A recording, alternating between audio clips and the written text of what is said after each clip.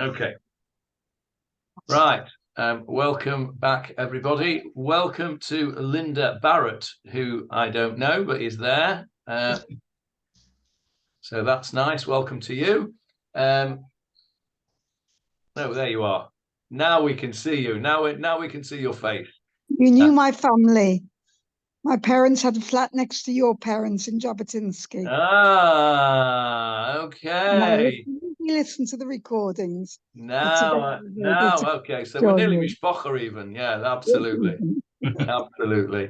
Okay, wonderful. Okay, I'm going to dedicate this shiur, please, to as well as the very, very necessary zechut that we need for our soldiers and those who are in captivity and those who have been injured. I want to also dedicate it for a refuah shlema for my aunt, for Jeffrey's mum, Leah Bat Malka. She's 105 3/4, and she's not as well as she was the last time I saw her.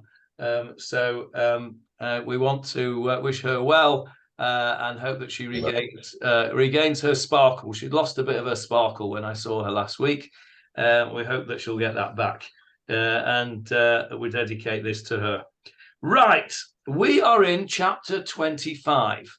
Linda, it's a good place for you to join us because we are starting more or less a new subject here. Well, I have been hearing the recordings. Oh, you've been hearing the recordings, so you're up to date. That's good. Yeah. All right, so I'm going to put the Shmuel Aleph on the screen for you, chapter 25, that's right, chapter 25. The last time we met, a couple of weeks ago, we spoke about the first few psukim.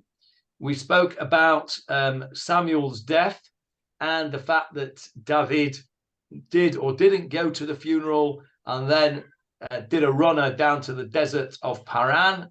And we spoke about where that was, and it was all a bit difficult geographically.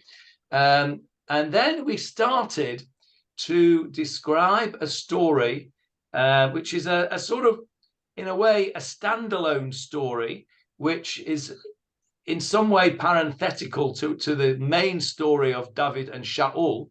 But it tells us a little bit about what was going on at that time, how life was lived. And it also, although I don't think we'll get to it today, it also is a reflection a little bit on David's character.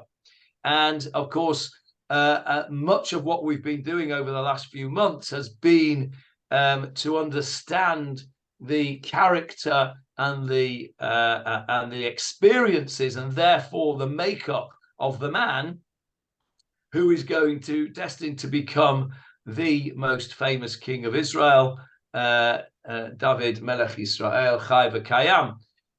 So it's important. This story is important, not just because it's a story in Tanakh, but because it gives us a little bit of a window into personalities. So we will recap from verse 2, Jeffrey, please. You're muted, Jeffrey, at the moment. You need to unmute.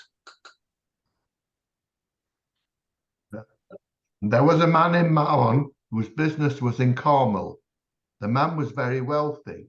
He owned 3,000 sheep and 1,000 goats.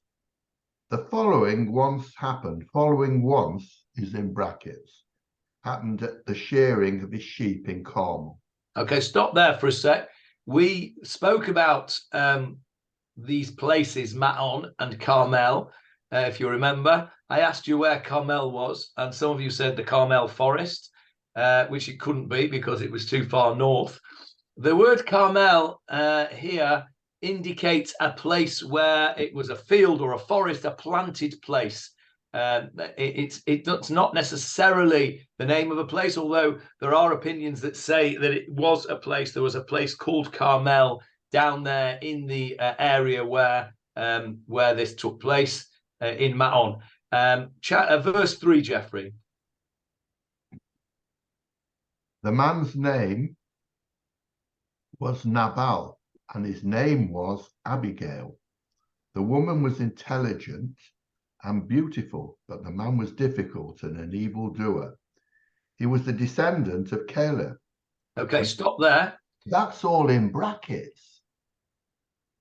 Which bit's in brackets, Jeff? From 3, the man. Well, the whole pasuk is in brackets. Yeah. That's a bit strange. Well, I think so. Okay, I don't know why that should be in brackets there. We've got a bit of brackets here, only because there is a kriyin ktiv. In other words, it's not written the way it's read on that last word. But we'll come to that in a sec. Let's look at the pasuk itself. The man's name was Naval. We spoke about this last time as well. What does Naval mean? Who can remember what Naval means? Come on, Barbara, you're our linguist expert. Can't remember? A lowlife. Yeah, no, Naval means a despicable person. A lowlife would be a good description. Naval, if you are somebody who is nivel peh, it means you have a vulgar speech. You swear a lot. Nivel peh. And the Ramban, Nachmanides, very famously said that it is possible to be a Naval birishut haTorah. You can be a despicable person with the permission of the Torah. What does that mean? What does the Ramban mean by that? It means that you don't actually abuse any of the laws of the Torah. You're always within the law, but you use the law to do nasty things. Absolutely. Naval birishut Torah. The Ramban tells us that basically we have to use a bit of seichel. We have to use a bit of intelligence.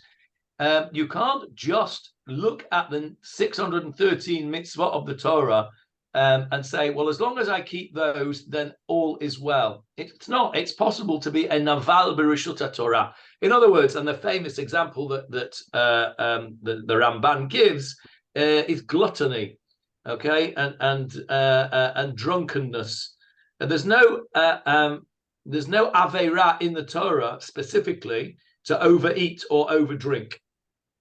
So as long as you overeat and overdrink with kosher food and kosher wine, then you can be Naval birishut Torah. You can be a despicable person, do some disgusting things, but you have not you've not broken any rules, as it were. Naval birishut Torah. It's a famous expression of the Ramban.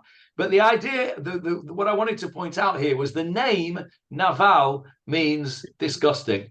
And as we said last time, who would give your child when he's born? You have this, Vayikare b'Shema b'Yisrael at the bris.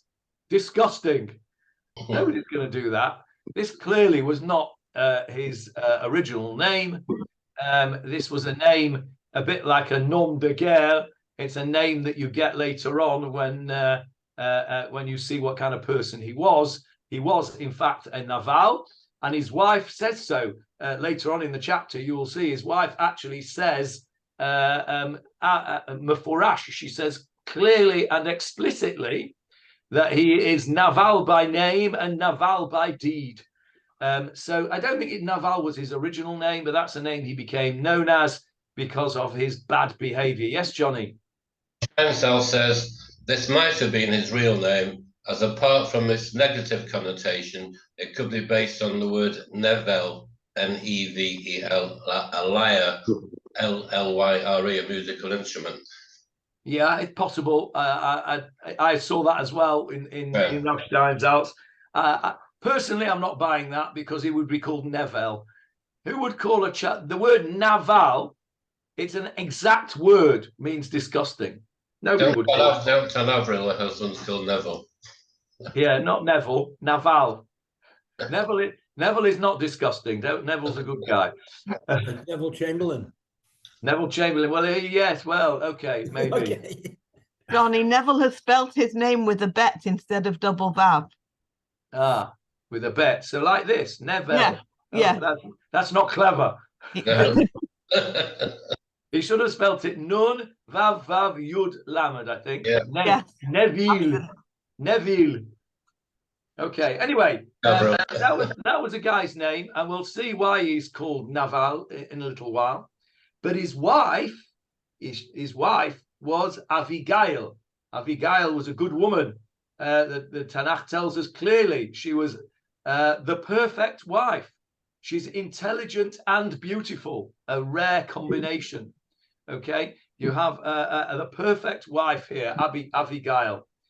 But the man was difficult, kasher. He was difficult, hard, v'ra ma'alalim, and he was evil deeds. Now, v'hu, now it says here, the way it is pronounced is cholbi, and it's written cholbo or cholibo. I can't really see; it's a bit too small for me in there. What's it? Have a look in the Koran. What does the Koran say? It says kolbi. That's how you say it. Now, you said, Jeffrey, that he was a descendant of Kalev. I did. Yes. You did? Yes. And now, Yeah. which Kalev are we talking about here? Ben Ephoneh. Okay, so there is a chap called Kalev ben Yefuneh. Who was he? Jumped in the Red Sea. No, he did not. His It's brother- from Ty. That was Nachshon ben Aminadav who jumped in the Red Sea. Sorry. He's one of the No, Meraglim. he was one of the spies that came back. Yes, he was Yehoshua's mate. He was the spy who came in from the cold. He was the one of the good spies, together with Yehoshua, who was not in agreement with the bad report that the 10 spies brought back. And he was also somebody who was still alive at the time of the conquest of the land, and he was given a special area as his reward. And Kalev, so that's Kalev ben Yefuneh. Now, why are we? Can I ask something? Yeah. Is it possible that he was given the name Naval, like a liar, and then as he grew older, grew up, and people saw the sort of person he was, the name was corrupted to Naval? Yes, I'll buy that. I'll buy that. Yes. Yes, I think that's definitely a possibility. Yeah. Yeah, I agree. That's definitely a possibility. He may well have been called Naval, and now they said, not Naval, but Naval. Yes, that's a good suggestion. I like that. Why are we told he's a descendant of Kalev?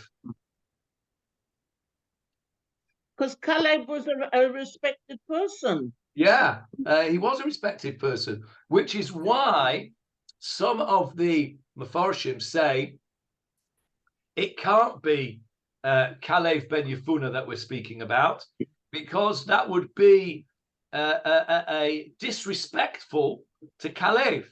Why would you invoke his name, as it were, to one of his bad descendants?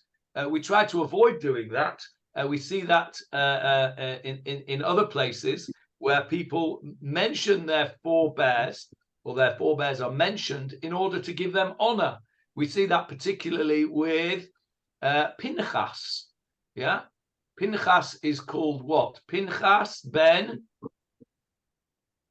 Ben Elazar ben Aharon. Ah, very good. Pinchas ben Elazar ben Aaron HaKohen. Now, normally you don't get told the person's grandfather, you get told the person's father. Pinchas ben Elazar. Why? Mefarshim say, why does the Torah say ben Elazar ben Aaron? Because it was a zechut for both of them. It was a zechut for Pinchas to be a grandson of Aaron, but it was also a zechut for Aaron to have a grandson like Pinchas. And so the Torah uses genealogy to give kavod. So why would the Torah want to, as it were, disrespect Kalev? So Wasn't in Divrei Hayamin, does it say that Kalev married Rachav from Yericho? no, Yehoshua married Rachav. Okay.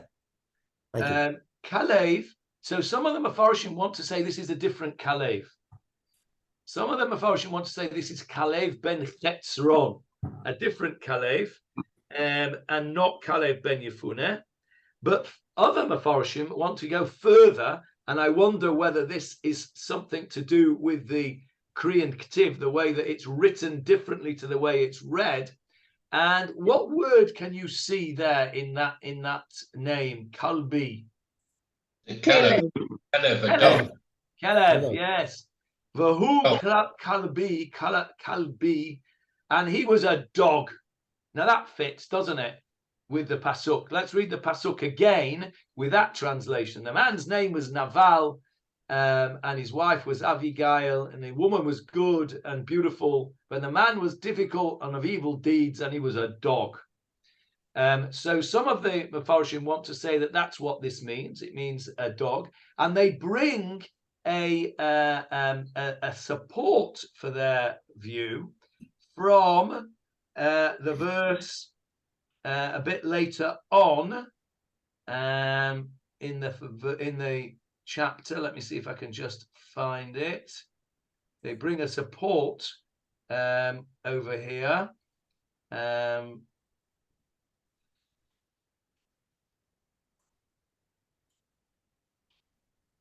Wait a minute. So the first of all, you have a look in verse. There we go. Verse 22. Just read out verse 22 for us, Jeffrey. That shall God do to David's enemies, and such shall he do further, if I leave over until morning all of that belongs to him, so much as a dog. Okay, so again, the word dog is mentioned there. So I'd like you to have a look in the verse 22 in the Hebrew that Jeffrey has just read out. Okay, just read that again for me, please, Jeffrey, the end of the pasuk. If I leave over until morning all that belongs to him, so much as a dog. Okay, now I want you to look at the Hebrew, please. Ko yaseh Elokim la'ovei David. So shall God do to David's enemies. V'cho Yosef. And so he shall continue. And that's an oath, by the way, but we'll come to this in detail when we get there in a little while. Im ashir, if I will leave over mikol shelo, from all that is his, ad haboker, till the morning. Now, what would you expect the next word to be? Afilu kelev echad. Yes, even one dog. That's what you told me. Afilu kelev echad. What does it say? Mashtin bakir. What does that mean? Mashtin bakir. Urinated against the On wall. the wall. Yeah, somebody that wheezes against the wall. Yeah. Right? It's a euphemism. It's a euphemism. Okay? They've called it a dog because a dog lifts its hind leg and wheezes against the wall. But it's not, it doesn't say the dog. It says Mashtin Bakir. The translators have used, don't want to be nivul peh, and I've used a more pleasant language. I've used a euphemism and have translated it as a dog. But it's a very negative thing. Dogs, how often are dogs mentioned in the Tanakh? They're mentioned when they're coming out of Egypt because dogs attacked them. You're mentioned when they did. Well, they didn't attack them. That's why they got a reward. Yeah, You're right. yeah, They're mentioned when they came out of Egypt. When else are they mentioned? Yiftach, Yiftach. when he came back and his dog was going to meet him. Okay. Before that, in the Torah itself, where do you see dogs? They're given a reward. Yes, where you can throw your. What do you throw to it? Bone. The treif. Treif. Okay, man. How does the Torah describe treif? Unclean meat. Yeah, and what's the word it's used? What it uses? It's two words for treif. There's treifa, which is where we get the word treif from. What's the other word? Nevela. Nevela. Oh, what does that sound like? Naval. Naval. Whoa, there's another connection. Nevela is an animal. A treifa is an animal which, what does the word treifa mean? What does the word Tear apart.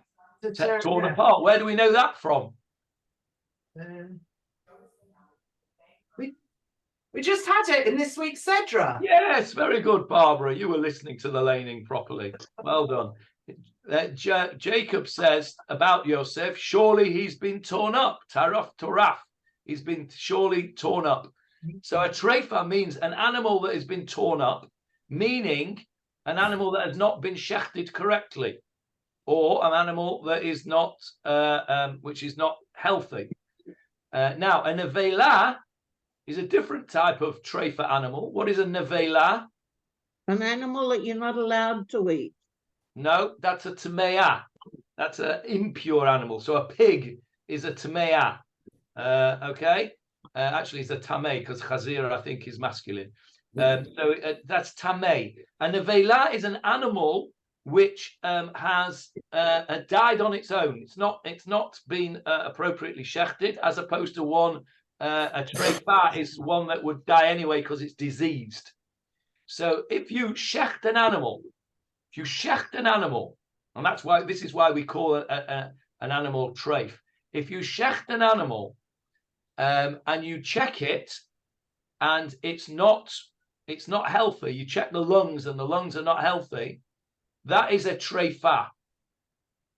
An animal which is a perfectly healthy animal, but which is not shechted properly, is called a nevela. Okay, so two types of what we call treif. But the reason I'm telling you all this is that dogs and nevela are connected in the Torah, because you throw, the Torah says you can't eat this stuff, you've got to throw it to the dogs. So it's mentioned on the way out of Egypt. They didn't bark, and therefore they get a reward. They get the treif thrown to them. When else do we mention dogs? Yiftach. Well, I can't just put my head around Yiftach at the moment, but I believe you, Paul. I'll have to go and look it up. When else? I'm not sure. Not very often is the answer, right? Not very often. Dogs are not very many. Oh, there is one other one, isn't there, David? Help me out here. Mechir Kelev. Help me out here.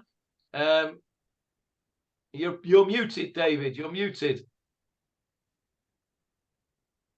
Yeah, it's in Kitate say Mechir Kelev or something Zona. Yeah, Mechir Kelev and something Zona. You're not allowed to use money that you have acquired in a bad way by prostitution or by selling dogs. You're not allowed to use that in the Beit HaMikdash.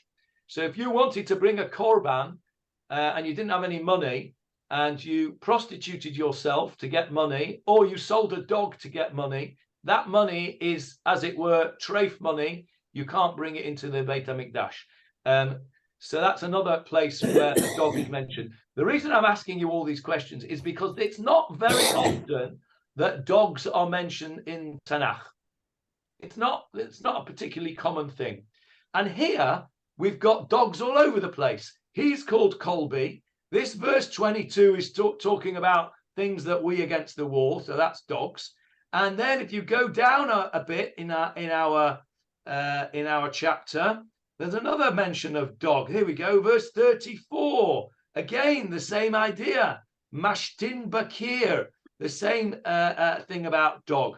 Okay, so the idea here that he is called, where in our pasuk that we are dealing with at the moment, which I think was number 3, he's called a Calebite. You can understand now why many of the commentators don't want to connect this Naval with Kalev ben Yefunai, who was a good guy, and rather they want to connect him with a dog, and they say that he's called Colby because he was like a dog. and he was, and this reference later on into the person that he's not going to leave behind, even the guy that we's on the wall, is a reference to Naval himself. David is basically, we'll see later on when we get to it, he's threatening Naval himself.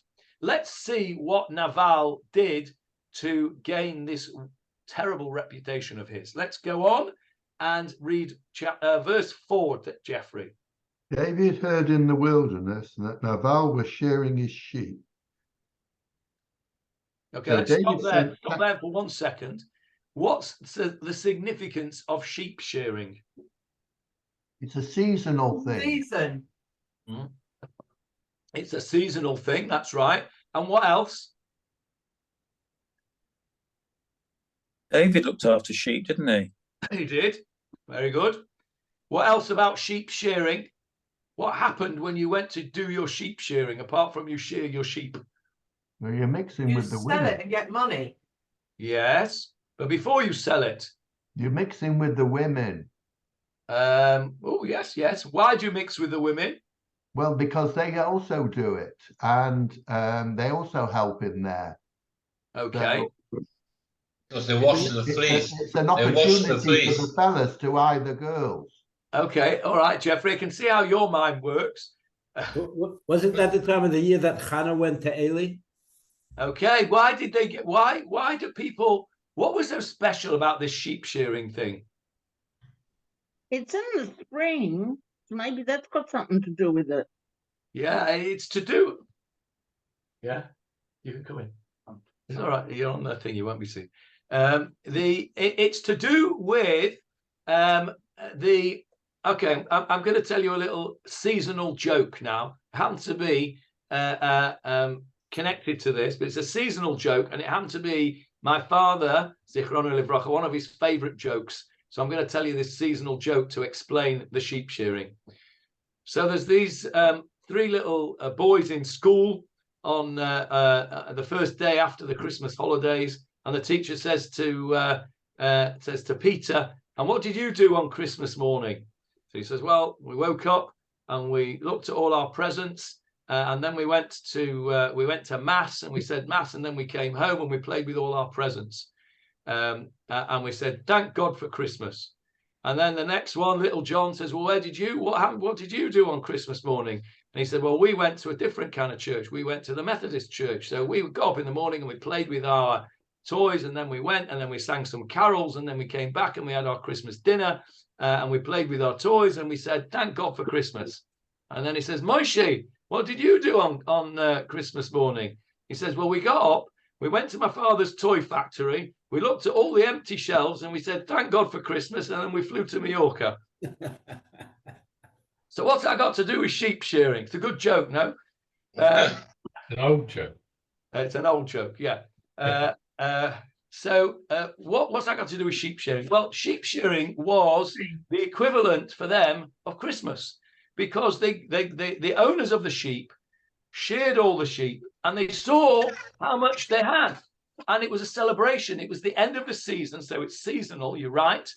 And they celebrated, and they gave thanks to their whatever god they had, and they gave thanks for what they have, because once they'd sheared all the sheep, they had all these fleeces to sell, and this was the source of their income for the whole of the year. So it was a celebration. The point about the sheep shearing is it was a celebratory event. So when David heard, verse 4, he heard in the desert that Naval was shearing his sheep, he wasn't interested in the sheep, he was interested in the party. And maybe that's why, Jeffrey, maybe you're right. Maybe there was a bit of, hanky-panky going on there. But we're not told that. That's just your take on it. Anyway, let's see what David does. Verse 5. So David sent 10 attendants, and David said to the attendants, "Go up to Carmel and approach Naval, inquiring after his welfare in my name, and say such," in brackets, "success for life." Peace be upon you, peace be upon your household, and peace be upon all that is yours. Stop there. So David says to his youths, go up and greet Naval in my name. And what does he say to him? He greets him with a very, very nice greeting. He says, Va'amartem, you shall say, Ko lechai. Ko lechai. Now, you had that in brackets. What did you say in brackets there, Jeffrey? Success. Again? Success. Success. Okay. So what do the actual words mean? Ko. Ko mean. Thus, yeah. Thus. And lechai. What does le mean? To life. To life. My life. To life. Okay. Thus to life. What does that mean? So there's a various different explanations as to what this funny expression ko lechai means. But what it means is it's a bracha. And he's basically saying to him, thus, in other words, this that there is here, in other words, your successful sheep shearing, this simcha that you're making, lechai, that should be for the whole of your life. You should be as happy as you are today for the rest of your life. It's a bracha. It's a nice bracha to give somebody. And then he's very polite. He says, peace be upon you, peace be upon all your household, peace be upon to everything that is yours. What else more nicer thing could you say? So David is telling his guys to be very, very polite. And then he makes a request. Verse 7. And now I have heard that they are shearing for you. Now your shepherds stay with us. We did not shame them, and they did not lack anything all the days they were in Carmel. Ask them, and they did not lack anything all the days they were in Carmel. Ask your attendants, and they will tell you so.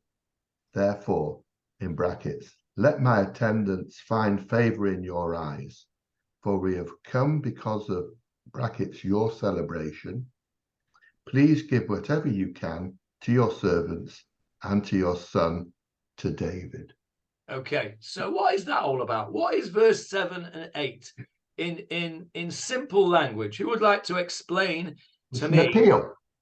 It's an appeal. It's an appeal. What's it an appeal for?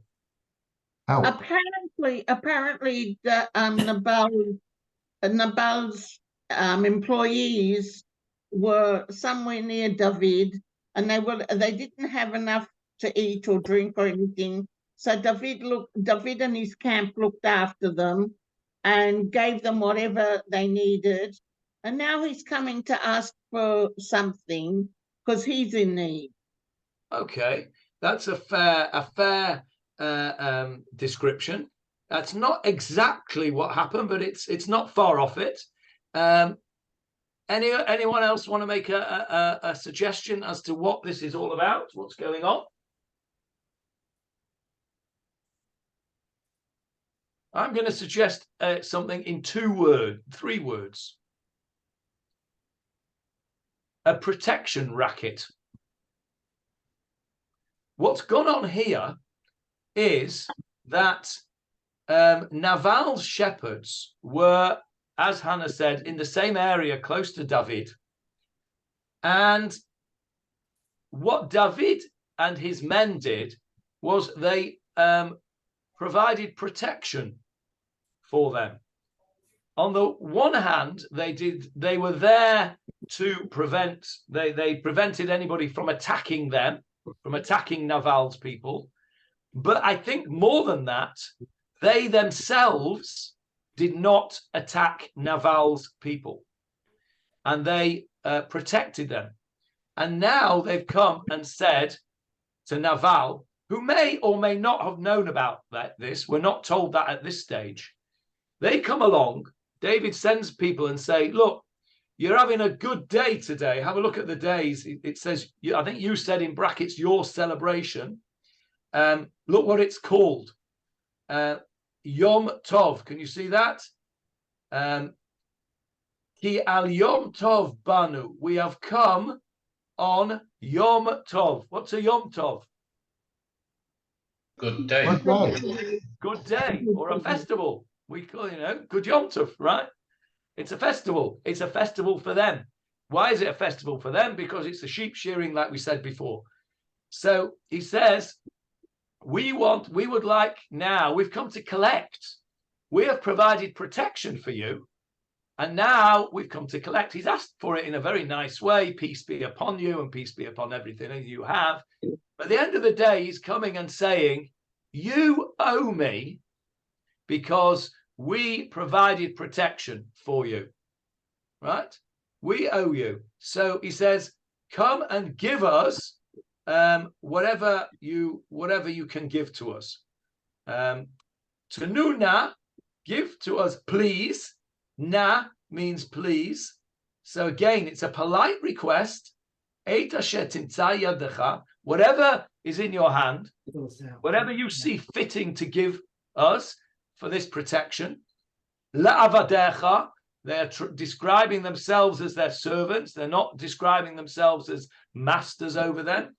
Ulevinecha leDavid, to your son David. Again, this is David being very polite, very conciliatory. He's asking for provisions.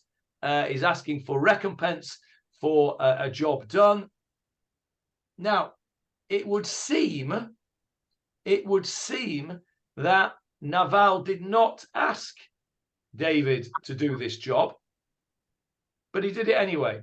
And so probably in a court of law, Naval would not owe David anything because there was no engagement of David in this role as protector of the sheep.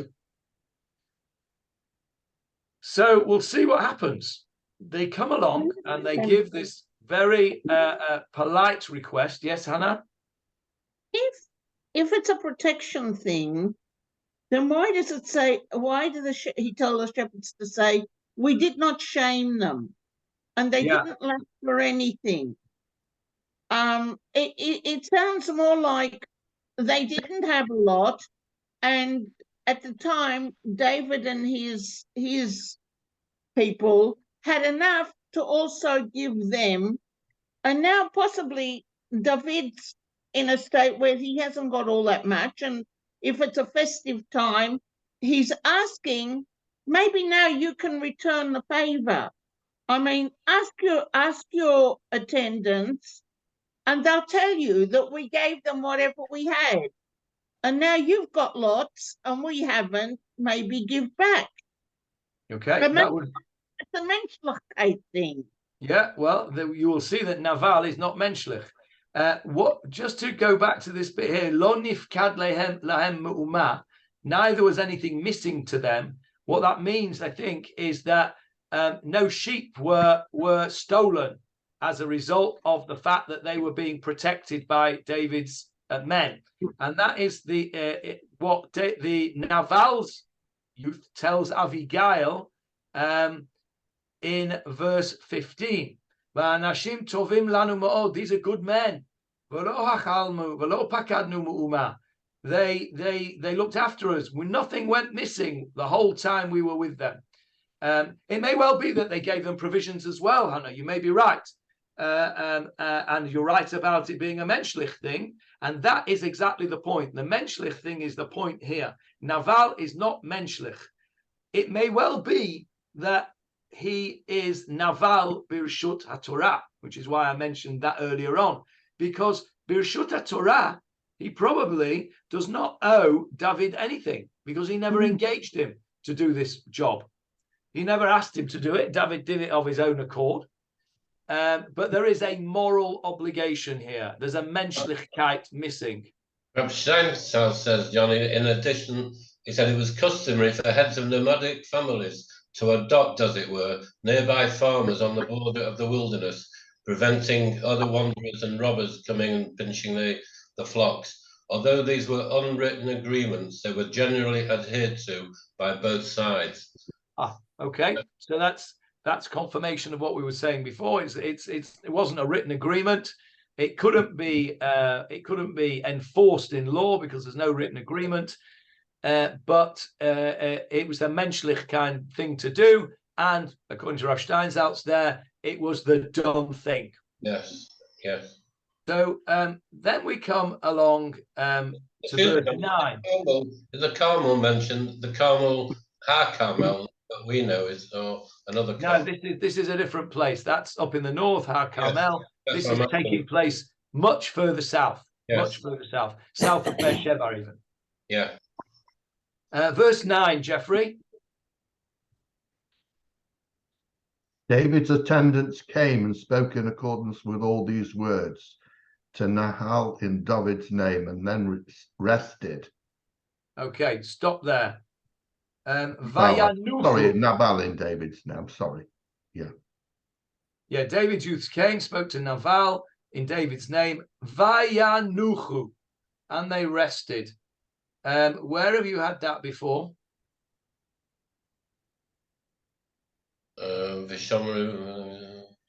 Yes, go on, very good. Vayanach bayom hashvi. Vayanach bayom hashvi, very good, Johnny. Vayanach bayom hashvi, and he rested on the seventh day. Okay. What's that got to do with anything here? Because they were tired from their journeying up there or down there. Okay, they were tired. All right. Quoting Rob Steinsaltz says that. From exertion of the journey and delivering David's message to Naval. Okay, so Vayanuch, it's an odd expression. Alternatively, he says, sorry, this means that they ceased to speak. Yeah, that's how it's Vayanuch, and they stopped speaking. Yes. But that's a bit odd, because why would you be told they stopped speaking? Once you've stopped hearing what they've said, they've stopped speaking. There must be something else going on here. And the various different explanations about Vayanuchu is that the Vayanuchu, they rested only after they'd given their message. In other words, this is an expression of the loyalty of David's men, that they were not prepared even to rest from their journey until they'd given over their message. They came, they gave their message, and then they rested. It's an expression of loyalty of David's men. And it's there, this loyalty of David's men is there at this particular time as a clear contrast to what we're going to read in verse 10, the very next verse. They were very loyal. However, verse 10, Jeffrey. Naval replied to David's servants and said, "Who is David, and who is this son of Jesse? These days the rebellious servants have increased, each against his master. Okay. Should I take from my bread and my water and my meat that I have slaughtered for my shearers, and give them to men about whose origin I do not know?" Okay, stop there. There's a lot in here that we need to discuss. Naval says to David's servants, "Me, David. Who is David?" What does that mean?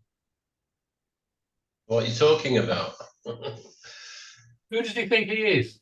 Yeah, it means who does he think he is? Contempt. What it doesn't mean is David who? I've never heard of him. How do we know that it doesn't mean David who? Who is the son of Shishai. Right. Yes, Hannah? I said it's the same expression that Pharaoh uses to Moses when he says, "Who is God?" Exactly. You know? Exactly. It is a very disparaging term, and it's used in modern Hebrew as well. If you ever overhear, as sometimes happens in shul, you hear a discussion between two kids, two hot-headed Israelis, and one of them will say, "Philip, who are you? Who are you anyway? Who are you anyway?" In fact, so what they're saying is, You're so insignificant that I've never even heard of you. Who the hell are you anyway? Who do you think you are, as Paul said? Yeah. Now, what we know is that he definitely knew who David was. How do we know that he knew who David was? Well, first of all, Johnny says quite rightly, he says, Umi Ben Yishai, who's this Ben Yishai? Well, you could argue, Johnny, that the men came and said, Ko Amar David Ben Yishai, right? Yeah. You could argue that. But we know, don't we, that he knew full well who David was. How did he know? Because he was already famous for slaying Goliath. Yes, he was already famous. He'd cut the head off Goliath, right? He'd battled Goliath. And not only that, let's have a look in chapter 18. It's on the screen for you now. On the screen, Jeffrey, please, verse 5 and 6. And David went out wherever Saul would send him. He would succeed accordingly. Saul appointed him over the soldiers, and he was pleasing in the eyes of all the people, and also in the eyes of Saul's servants. And it was when they came, when David returned from slaying the Philistine, that the women came out of all the cities of Israel to sing, and with musical instruments in their hand, towards King Saul, with drums, with joy, and with cymbals. Keep going. And the cheering women sang out and said, Saul has slain his thousands, and David his 10,000s. So there's no way, stop there, there's no way that Naval did not know who David was. This was not a polite inquiry. Who are you talking about, please? Who is this Mr. David Ben Yishai? I don't know who he is. That's not what he's saying. Yes, Hannah. It says here in what I've got that being that Naval was arrogant because being a descendant of Caleb, a distinguished prince of the tribe of Judah, Naval considered himself more qualified for the throne than David. Okay, well, that certainly would fit in very well. Naval is certainly arrogant. And that's the other reason, by the way, that he damn well knew who David was, because which tribe was David from? Yehuda. And which tribe was Naval from? Yehuda. He knew full well who David was. So he's not. This is not. Go on. This resentment of Shmuel's elevation of David could explain why Naval snubbed Shmuel's funeral. Okay, do we know that he snubbed Shmuel's funeral? The source is Musar HaNevi'im.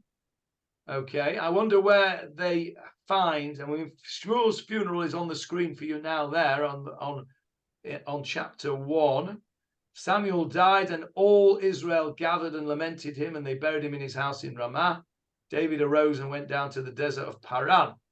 Doesn't say there that Naval didn't go, but maybe there's somewhere that we're told he didn't go, but fair enough. Either way, this expression "mi David" or "mi Ben Yishai," that is a horrible thing to say. It's snarling, it's arrogant. Who the hell do you think you are? I'm much more important than you. And then look at the kind of person that he is. Forget that he's upset with David, or he doesn't rate him, or he thinks he should be the king rather than him. What does he say? And this is something modern as well. He says, nowadays there are many slaves who break away, each one from his master. And now shall I take my bread and water and the meal that I've cooked for my shearers and give it to people who I've not known? So it's like people, there's so many people coming collecting stocker at the moment. Do I have to give all my money to everybody else? I don't even know who these people are. This is not the way to behave when people come and ask for help. When these are people who are your own people. He's from the tribe of Judah. He's not even just Bnei Yisrael. He's from the same tribe. And not only that, the guy's done good to him. He's done him a good turn, whether he asked for it or not. If we go by what Rav Steinsaltz said, it was an unwritten agreement. Even without that, he's provided a service, and his own men could confirm that. He doesn't even go to ask his own men if it's true what David said. If he'd have gone to his own men and said, is it true David has given protection here? David has been good to us. He's given provisions, if we go according to what Hannah said. But either way, whatever he's done a good thing for us. Is that true? And if the guys had said, nah, of course not, it's a load of rubbish, he's not been anywhere near us, then Naval would be in his rights to say, you've come here, you've told me a whole load of nonsense, I'm not giving you anything. But if he'd have gone to his men and they'd have said, which they would have done because they say it later on to Abigail, yes, David provided good protection. They're good men. They looked after us. If he'd have done that, then he would have realized that, he, as it were, he owed him one. What he didn't do was he didn't even go and ask his men. And the David's youths told him to do so, or asked him to do so. Look at verse 8. Sha'alat niarecha. Go and ask your youths, ve'yagidulach, and they will tell you. They will tell you. But he didn't. All he did was dismiss him with a sort of a flick of the hand or a flick of the tongue, as it were. And he says, you're not having anything. Get out of here. And so what did the David's youths do? Verse 12. David's tenants turned around to their way, and they went back, arrived and reported to him in accordance with all these words. Okay, stop there. What do you think David, don't look on, what do you think David's reaction is going to be, given that we know what David's personality is? Michael Krauss is smiling, so I'm going to ask you, Michael, what do you think David is going to do next? Well, he's a hothead. He wants revenge. He is a hothead. That is right. He's a ginger. He was ginger, remember. Gingers have big hot tempers. He wants revenge. He's not having it, is he? We know that because he's got form, hasn't he? He's got form for wanting revenge. So, yes, verse 13, Jeffrey.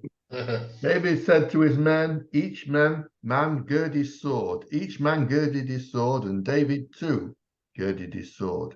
About 400 men went after David, and 200 others stayed with the belongings. Okay, let's stop there. These numbers keep coming up, don't they? These 400 men, 200 men. I know Michael likes these numbers. He was mentioning them last time about the 400 men.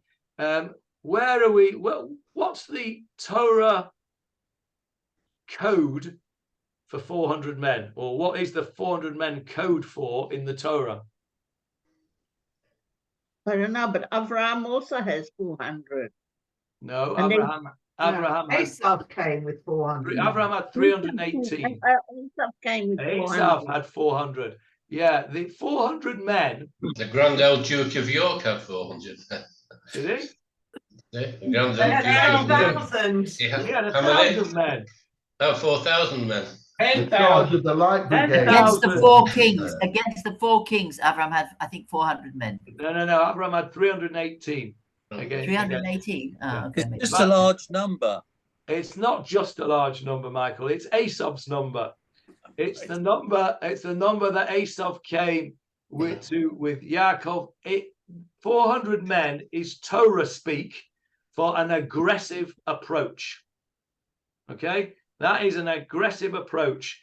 Esau came, according to the Torah's interpretation, or the Rashi's interpretation.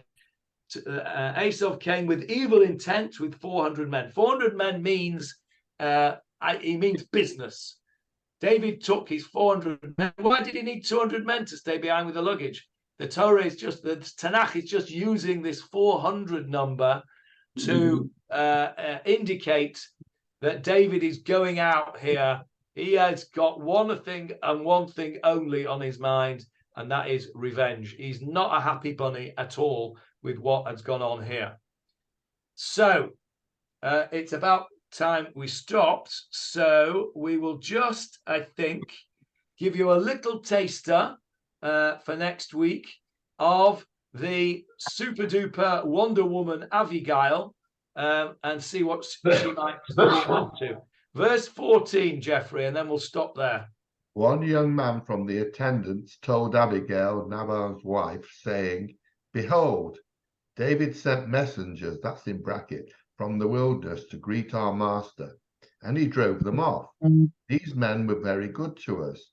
We were not shamed, nor were we lacking anything all the days that we traveled with them when we were in the field." Okay, stop there. Oh no, you can do one more.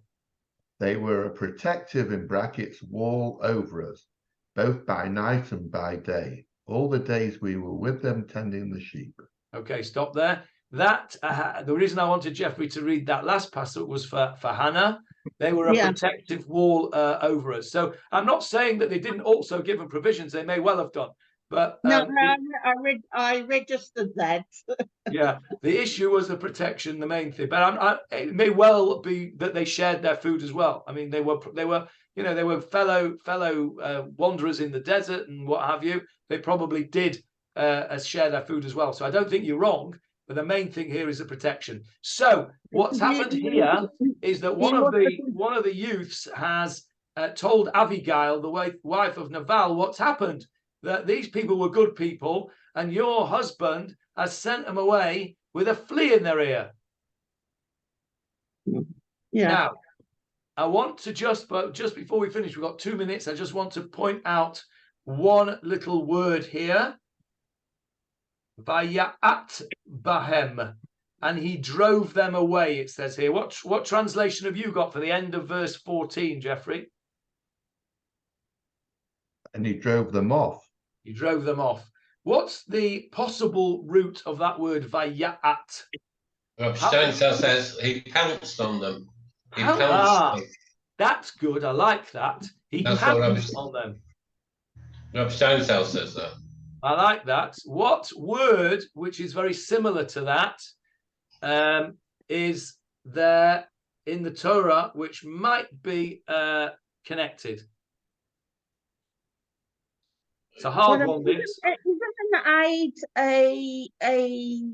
Isn't like an eagle, like a vulture? Yes, very good, Hannah. Excellent.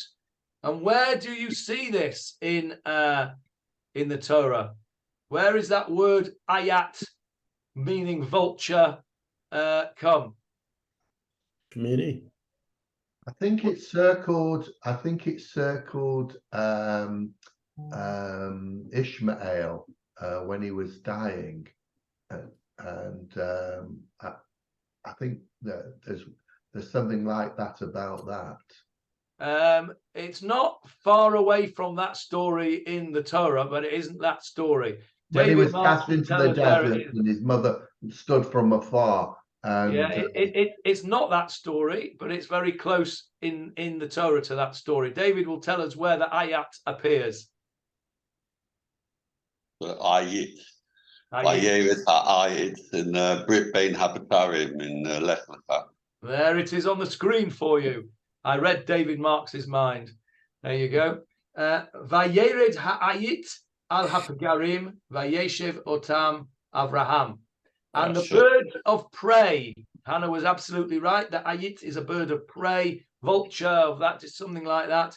Descended upon the carcasses. This is in the Brit Bein Habatarim, the covenant between the parts, with Avraham and HaKadosh Baruch Hu, Avram, I should say, and Avram drove them away. So this word that we have got in our Tanakh here, Vayat Bahem, may just be another descriptive word of Naval's behavior. He behaved like a vulture, a horrible, nasty person, Vayat Bahem, and he drove them away. And Rav Steinsaltz's translation of pounced on them fits very nicely for that. So we'll stop there, and next week, Bezrat Hashem, we will see how Abigail intervenes in this story. Any questions on today's? Two things. Before we sign off, if anyone knows, my grandson lost his helmet in Gaza last week. If anyone knows how I can obtain a latest grade tactical helmet, please give me a call or WhatsApp me. Number one. And number two, you're talking about the Kelev. when I was in yeshiva in YU, a Jews for Jesus set up outside the yeshiva, and they said every time it says the word Oto in the Torah, it's referring to Yeshu. And one of the Smicha boys said, "What about the pasuk Lakelev Tashtichun Oto?" Nice one. And what was the answer? There was none. So, sort of like the president of Harvard, she had no answer. No answer. Okay. But if anybody has any ideas about a helmet, please let me know. Okay. Anybody have got any leads? Please let Billy know. That's very important. Talking about our friend Yeshu, I was speaking today to Rabbi Wise. We're going to try, and for New Year's Eve, the 31st of December, we're going to try and put on a three-way talk like we've done a couple of times before with myself, Rabbi Wise, and Rav Mendel. And the topic is going to be various things to do with Christianity and Christmas and Chukas Hagoy, and whether we should be getting involved in all those things and how we should be relating to the Christian festivals, etc. So that was just something that we spoke about this morning. Watch this space. I will let you know when we've made the full arrangements. Yes, Paul. I'm having it until midnight so we can sing the songs then. Yeah, you can sing Old Lang Syne. I'll get you a haggis and all that kind of stuff. Yeah. I'm sure that's Chukas Hagoy. But anyway, there we go. Right. Any other questions, comments, observations? I have a question, please, Johnny. Yes. Many months ago, in the other shir that you're giving on the davening, which I'm enjoying very much, you mentioned a book about numbers in the tzlach. Yes. Can you tell me what the name of the book is and the author, please? I can. It is called Ani Ma'amin. Right. And it is by Rabbi Joshua Berman. Joshua Berman. Yeah. Okay. Thank you very much. And you need a very quiet room, and you need to be able to concentrate very well. And then you'll probably need to read it 2 or 3 times because it is very complicated, very brilliant, and very worthwhile. It's a super piece of work.